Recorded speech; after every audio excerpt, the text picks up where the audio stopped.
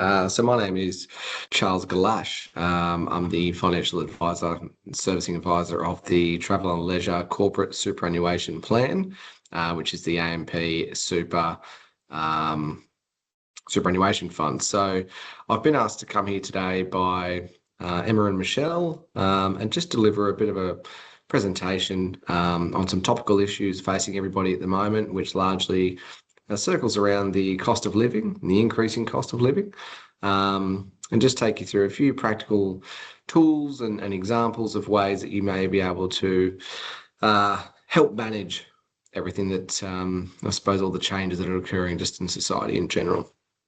So that's the purpose of today. In terms of time frame, shouldn't keep you more than 20 to 30 minutes because I'm recording this. There won't be any questions, but I'll provide some information after the recording. So if you did want to organise a time to book a one-on-one where we can just have a phone conversation, or I can come and see you and answer any questions that you may have. It doesn't necessarily have to pertain to cost of living. It could be around your superannuation. It could be things like life insurances, building wealth in general, helping pay down debt. There's a myriad of things that we do as financial planners, and we are an employee benefit that is attached to that superannuation fund and plan. So you don't need to be a member of the plan to take advantage of us being here, but we definitely want to be the people that you're not just calling a big company necessarily and being passed around. We want to be the human side of it to ensure that you can get an answer to your question and hopefully, a bit of guidance and clarity with whatever that may be. So who are Invest Blue? So this is slightly outdated now, but Invest Blue now, so we're a financial planning business in Australia. We've got offices right up and down the East Coast, all the way up from Townsville down to Tasmania. Advisor numbers, so closing in on 150 now. Locations just close to 35, and our ongoing private clients is closing in on 20,000. So quite a big business in Australia for financial planning. So the aim of Invest Blue is to be the name, the one sort of place that you go to if you were to think of, a financial plan or just your finances in general, how you may get some assistance with that. So a bit of context behind me personally. I've been with the business now for 7 years, worked in the industry for closing on 10. So I'm one of the senior planners here, got about 160 private clients personally, but also work with some employers, such as Travel and Leisure, and just help with the servicing of that corporate fund, which is what that involves is essentially being, in some ways, the mediator or the conduit between a member and or AMP. To again provide that more personal voice, but also if you were to say if there was an insurance claim, we would help you through that. If you had questions relating to your super, again, we could hopefully be the ones on the other end to field those queries. So part of that as well is then providing content such as this to staff, where hopefully you'll be able to take something away from it, which might put you in better stead in your own financial position. So a bit of a very brief disclaimer.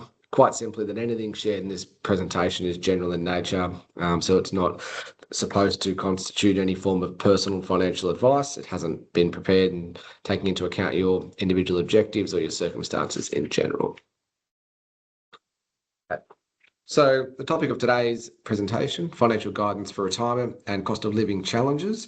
And I've just made a note, balancing immediate needs with long-term goals, because I think it's really important to make that distinction where you've got to still be able to live your life.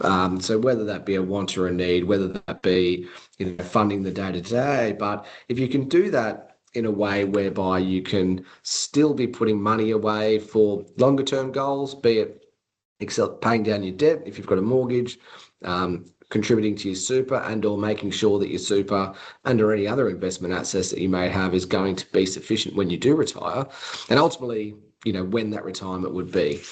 So it's very different, the current generation of, say, retirees to those that are up and coming, in the sense that, so superannuation only became mandatory back in 1992, where employers had to put money into people's super. And even back then it was 3% was the mandatory contribution rate compared to 12% today. So there's a huge jump, not to mention the income levels have increased significantly. But you can imagine somebody that's currently retired may not have a great deal of super comparative to somebody who, let's say kids of today, even me for that matter. I'm in my mid-30s. I've had super paid from day one. So it's going to look very different for a lot of people. But one thing that is evident is that superannuation, at least at this stage, you can't touch your super until you're 60. Just short of some, it could be a medical event, like you're not able to work again. There are some conditions of release where you may be able to gain access to that, but they're quite niche and, circumstantial. So ultimately, if you're looking at wanting to retire prior to 60, well, okay, we need to come up with a strategy then how you're going to build wealth outside of super to bridge that gap.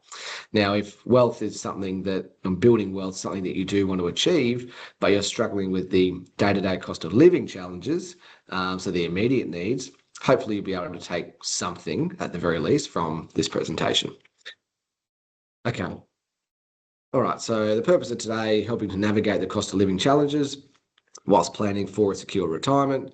Again, thank you to both Emma and Michelle for organising this presentation. And then the focus ultimately is going to be some practical takeaways and actions that you can take away now, use now, but could also be for the future as well.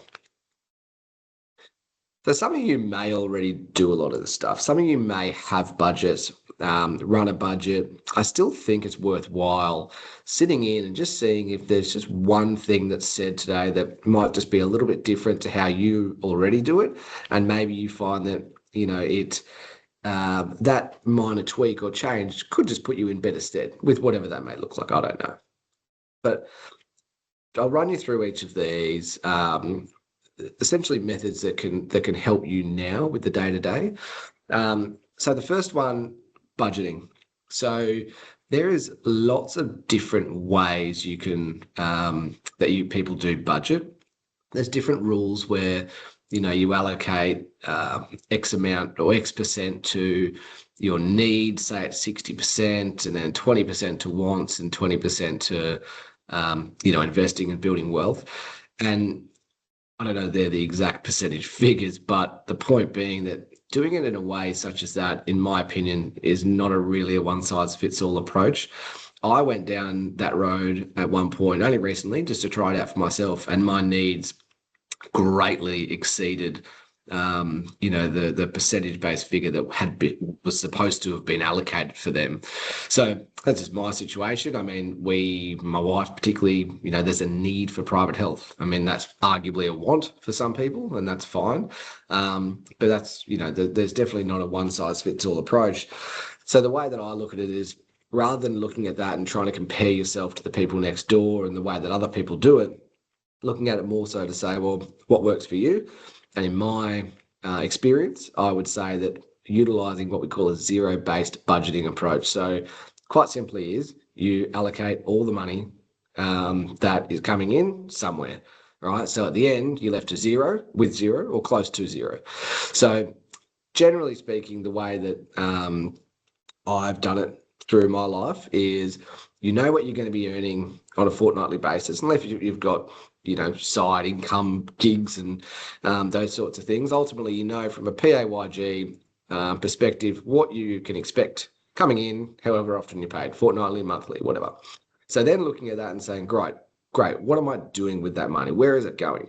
So one thing I've found is that most, or a lot of people, I don't want to say most people, but a lot of people don't necessarily know where their money's going, which might sound crazy, but it can be very easy to do, where you don't necessarily have that full understanding of, well, I don't know why I'm left in this position every fortnight. Where is my money going? And you'll see, if you just go into your banking, you'll see debit after debit of things that may be automated that ultimately, could be switched off. So a zero-based approach basically allows you to go through, allocate everything, turn off what you don't find to be worthwhile in that approach. And at the end of it, hopefully you'll be left with a surplus, money left over. So I think it's really important, about balance. So balance is ensuring that you're living now. Doesn't mean you're going to be living on a yacht and eating caviar, but it means that living now, in terms of allocating some funds to yourself, guilt-free, to enjoy. And anything after the fact is savings, investment, whether it's saving to buy a house, whether it's investing, putting it into your super, whatever that may look like. You've allocated every penny so that you know whatever is in the account that you've allocated for entertainment or personal purposes, that's yours, guilt-free, no holds barred. So I've found that approach to be the best, and I'll take you through on the next slide the way I would actually outline and go through and create that budget for myself and the way I have done it. In terms of budgeting, it's not a sexy word or term. It's very much some people, and I've got clients in their 50s, 60s that are quite well off, and they say, I've never kept a budget, and that's fine.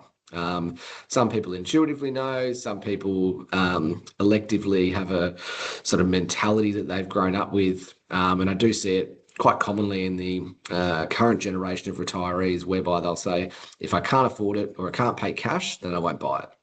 So they don't necessarily need that budgeting approach, or they haven't through their life because they're quite frugal, and good with managing their money. But if you're not, or you find that it is difficult, there are lots of different budgeting tools and apps which you can access for free. So I'll send through to both Emma and Michelle a copy of a budgeting spreadsheet that I personally have built. I find it user-friendly, hopefully flows fairly well, and should act as a good prompter for you to ensure that you're not missing anything as well. In terms of budgeting tools and apps, it really comes down to how much effort and energy you want to put into it personally. I've gone through several different apps in my time, and the most recent one is just through our banking. So some of the big four, and I'm sure some of the other banks out there have, expense tracking kind of tools that are built in now, which is fine, and that's good, and it actually works quite well. To get it set up, very hands-on, and you do need to be on it on quite a regular basis to ensure that expenses are categorized correctly, because despite going in and making certain changes in the future, if the same money comes in, if you're spending money at Kempro or whatever, it might be categorized and go somewhere else. So you do need to be very on top of managing how that is categorized to ensure it's going to the right place for your own budgeting purposes. So for me, I haven't found those sorts of internal expense trackers the best. The way I would say it's the best is by doing it manually, and that doesn't have to be a daunting process. I probably do an update ours every 3 to 6 months, and as part of that, I'll go in, list expenses, which I'm kind of getting ahead of myself now, but list expenses, and then actually know exactly where money's going, how much the average is, and how my budget's gone over that time. But we'll go through that in the next slide. Reducing expenses. So one thing I've always said, if you're not in a position at this stage to be earning more money, you can't earn more money. Well, what's a way that you can earn more? It's by reducing your costs, quite simply. So it could be a matter of calling up different, electricity companies, be it your existing or new ones, and negotiating different rates. These are little things that, in and of themselves, they're not going to set the world on fire, but collectively you can start to really sort of move the needle with many of them. So I think it's important that shopping around, and again, I don't feel shopping around every other week is what you need to do. 6, 12 months, 18 months, whatever it may be, just don't get complacent, because quite often, rates that may have been once cheap do change. Personally, I don't have any necessary brand loyalty to anybody. I feel that it's just, you've got to be in there for yourself and what's right for you. When it comes to things like insurances, you want to make sure you're still maintaining the quality of cover that you had prior. And grocery saving. So, I wouldn't expect people in the busy lives that we all lead to be going to Coles, to Woolies, to Aldi, whatever. Some people do, and they get great benefit from that. And there are savings that can be had if you're willing to put in the time. But I just feel that if you've got the disposable income to buy extra when things are on special, take advantage of it. You're going to save money over the long term by doing that. Absolutely. And if you can go between different shops without necessarily using up your whole weekend, then could be a good tool as well. But the next is one of the most important, managing debt. So high interest debt versus low balance debt. So basically, sometimes people can get into debt with credit cards, with personal loans, with car loans. I mean, a mortgage is still bad debt. So bad debt and good debt, the definition of good debt is that it's tax deductible. Anything else is considered to be bad debt. But a mortgage, you're obviously paying down an asset. You're paying down a loan on an asset. You're building equity, which people could argue for a car loan as well. But a car is a depreciating asset relative to a property, which hopefully would be going up over time. So how do you approach it if you do have all these, smaller, few thousand here, few thousand there sorts of debt? There are a few different approaches. Number one is you focus on the highest interest debt first. So the way I would think of it, if you had a credit card and you're paying 20% interest, it's the equivalent of you earning 20% from an investment, right? So earning 20% per annum consistently from an investment, very, very hard, if not impossible to do. Therefore, that's the way, I suppose, from a mentality perspective, it needs to be shifted. Because if you are earning 20% or saving 20%, it's the equivalent of that. So for every dollar you pay into that debt, you're not paying 20% interest. So I would look at it and say it's a tax-free, risk-free saving on your money, right? So, if you're thinking of investments, but you've still got those little sorts of niggly debts, paying them out first would be priority one. Now, depending on your preference, and there are a few different strategies for it. Number one, you focus on the highest interest first and you move your way down. Great strategy because it's going to save you over the long term because you'll be paying less interest based on the interest rate.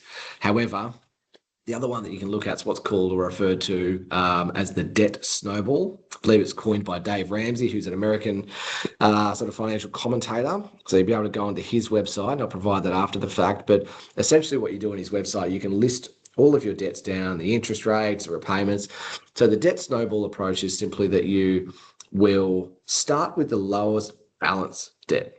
Not the highest interest, right? The lowest balance, because what essentially you're doing is when you pay that debt out, you're freeing up that cash flow. And when you free up that cash flow, what are you then doing? You're reallocating it onto some of your other debt, your next lowest balance debt. So you're building that debt snowball where over time you are accelerating your debt reduction because you're making very defined and conscious payments onto those debts and to kind of pay them out one by one. And I think as well, there's definitely an element of it feels really good to go down that road. So there's a sense of achievement when you pay a $2,000 credit card and you've paid it out, great. And then you sort of think, great, well, now I'm on to the next. And so when you're doing it that way, it's those bite-sized chunks that can go a long way. And because a lot of this, it comes down to mentality and habits as well. But lastly, just consider to consolidate or refinance. So be it a balance transfer or debt consolidation, either of these strategies. So a balance transfer, quite simply, you've got a credit card, you're owing $10,000 on it. You find that you're just getting nowhere because of the interest component. 20%, if you're paying 20% on the 10,000, it's $2,000 a year. If you're making the minimum repayments only, it's probably not going down at all. So a balance transfer is essentially you're getting that balance, you're transferring it onto a different credit card with a 0% interest rate. They may charge you a 2% balance transfer fee as an example. You got great $200 to do that, but I'm now interest free for 2 years. But the point is that you can't then take that interest free period and go, great, I've now got this new lease on life, this lifeline. You need to then look and say, I now have 2 years to get this done. And then so it's looking at it and doing it in, again, the bite-sized chunks. Take the amount that's owing, divide it by however many pays that you have in that period or whichever way suits you. Great. I've got a defined plan. I'm going to pay this debt out by X time. And this is how much every fortnight or month I need to put onto it. So balance transfer can be powerful for things like credit cards or personal loans and things. Something to consider. Just be mindful, though, that when that 2-year period, for example, comes up, the interest rate's usually going to be higher. So that's where you've really got that window to say you need to make that concerted effort. And debt consolidation. So even if you've got a whole bunch of different car loans, personal loans, credit cards, you can consolidate it all together. Hopefully, if there's a mortgage there, you can do it into that just from an interest perspective. Not ideal necessarily to have it over a 30-year term. But regardless, consolidating debt maybe into one personal loan, it can just make it a lot easier and more manageable. Again, this is all general advice in nature, but it's just something to consider of how we can, go ahead and make all of this a bit more manageable. But again, the point and the purpose is most certainly not to rack up more debt if you're going down that road, because it can be easy to do. Okay, I'm running out of time very quickly, so I'll just sort of fly through this part. But the cost of living challenges, so why create a budget? We've already covered. I think ultimately what it does is ensures good financial management, particularly if you're looking at paying down debt or you want to achieve certain goals. What it does do, and I've always said, some people have found it or find doing a budget as restrictive, but I personally would say that it is liberating in the sense that it is reduced stress, right? Because you know where your money's going, you know it's being spent, and you know what's left over. So if you're going out to dinner or whatever, that money has been allocated. Fantastic. You don't have to sit there and say, oh, I wish I should have put this money or could have put this money elsewhere. That's not what it's about. So in achieving personal and financial goals, doesn't have to be a financial goal. Could be a holiday you want to go on with the family at the end of the year. Great. This is where this can help.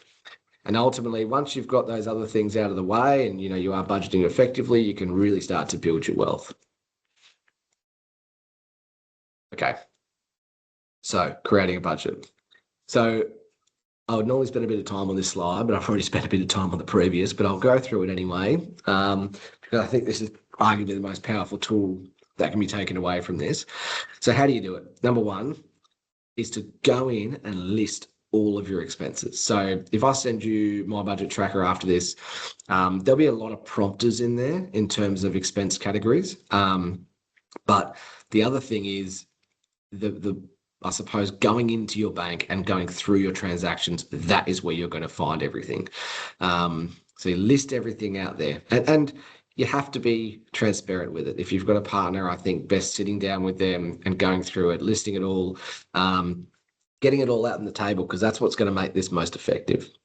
But you need to find out where your money's going and can you pinpoint all the expenses. So a really quick little anecdote for me personally. So when we moved into our place about 6 years ago, we built our house, and at the time we had a budget. We had the budget all going, but every fortnight we weren't left with the amount that we said or thought we were going to be left with, and we thought, why is that?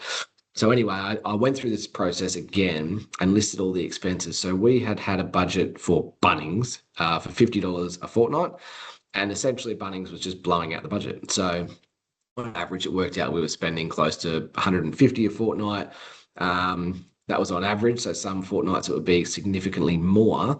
But there are expenses there that are hard to define, more discretionary things such as that, or, just the grocery store, for instance, it likely may change week in, week out. But pinpointing where the money is going and then looking at it and going, great, well, what is our this is our average spend. So what we ended up doing, we capped it. So can't remember the amount, say it was $100 a fortnight. We went, great.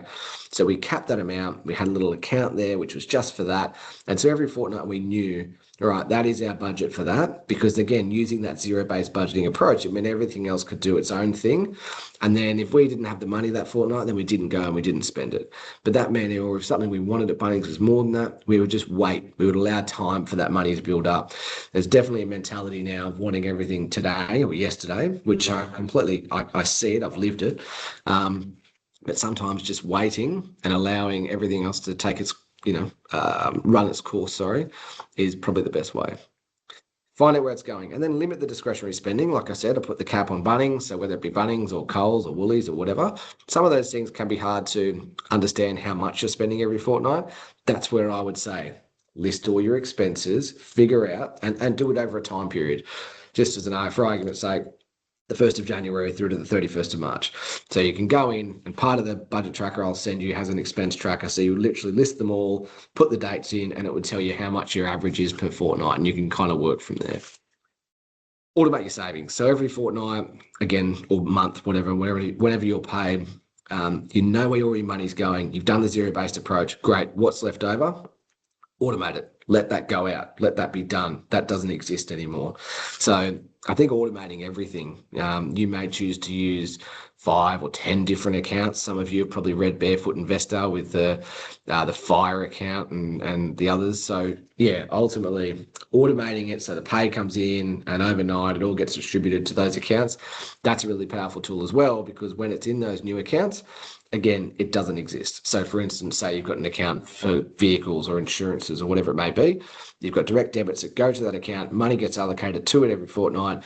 But as far as you're concerned, all you're looking at is what's remaining in, say, your transactional account, for example. So everything else is automated. I think that's a really key thing. And as I always say, ensure you've got money for yourself as well. Once you've done that and you've gone through that exercise, you can start setting yourself some goals. So what we call a SMART goal. It's specific, it's measurable, achievable, realistic, and time bound. So an example might be, I want to go to Fiji in December 2025. It's going to cost $5,000. So you go, great. Is it specific Fiji in 2025? Yes. Can I measure $5,000 between now and then? Yes. Is it achievable? Well, based on my budget, I will know. Is it realistic? Then I know if it's achievable and or realistic, I can figure that out. And does it have a date on it? So ultimately a goal like that, or I want to save $10,000 by this time next year, or pay out debt, whatever it may be, start setting some goals and then you can start working towards it via that zero-based approach. And be accountable to yourself. So I've always said you're your own worst enemy. So it's so easy. I've done it myself a million times, but just to sit there and go, no, I deserve this, or oh, that's right, I did that because of. I think that we'll all still do that. It's human nature. To be accountable, own up to it and say, right, well, I know why I did that. I know that I did that. I need to do something differently next time or next week or whatever. So as I mentioned earlier, you can't always increase your income per se, but you may be able to increase your surplus. So negotiate your bills and expenses, electricity, shop around, insurance, whatever it may be, and then determine what is a need and what is a want. As I said, private health for us was a need.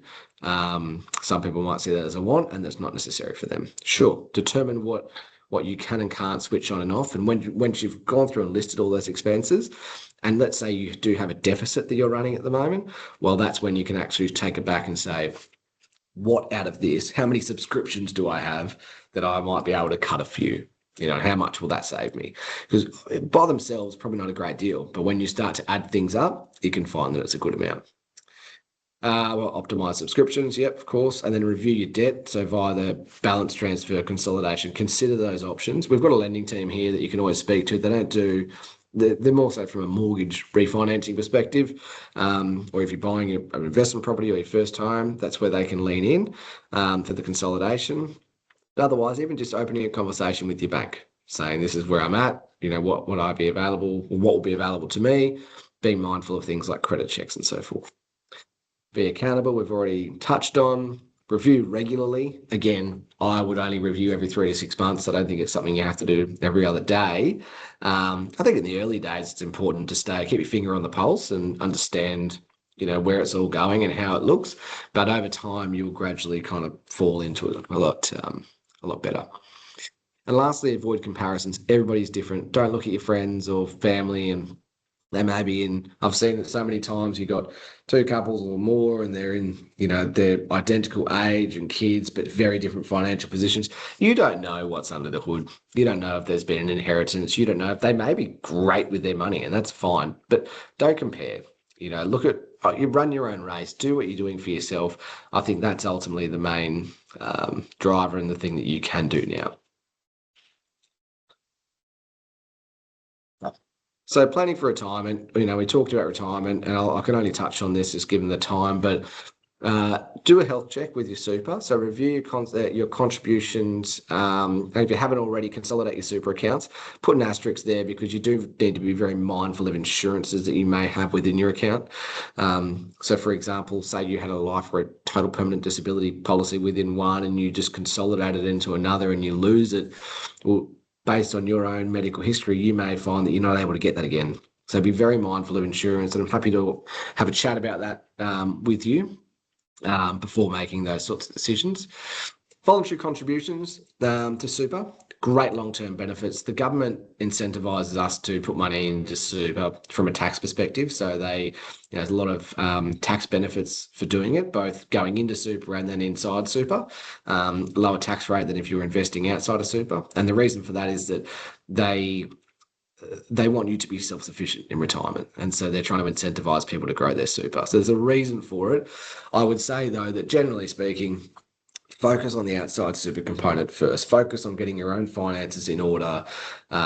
Focus on your debt. Focus on getting into a property and or investments to be in a position to say, right, now I can focus on super. And I say that mainly because of the different narrative that we have now comparative to 30 years ago, where super is mandatory. It's 12% of our income. It's doing its own thing in the background, which is fantastic. But we need to focus on the things, the outside super things as well.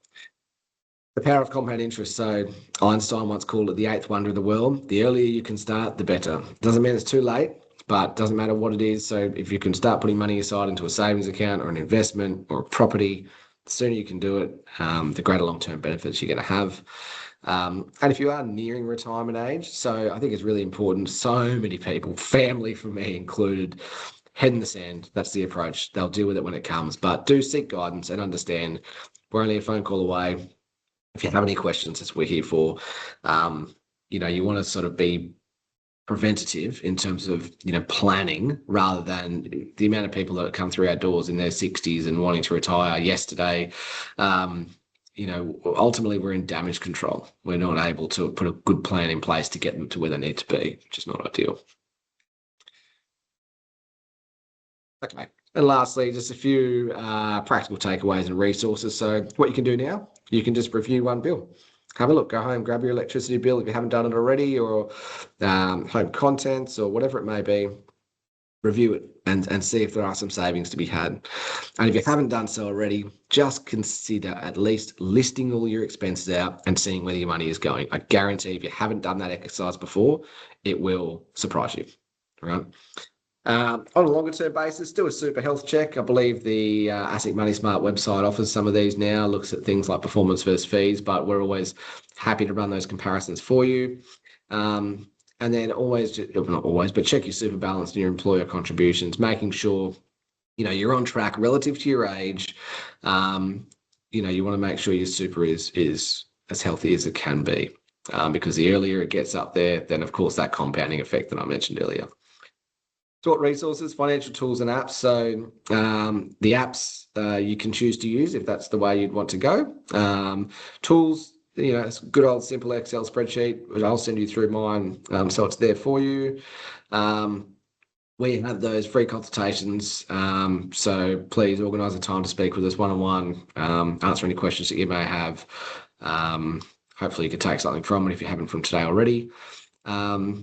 Budget and super health check resources, so I'll send those through, and I won't ask any questions because this is a recorded webinar. But thank you very much for your time. I'll provide all my info after the fact, and please feel free to reach out. Hopefully we're able to take something from today. Thank you.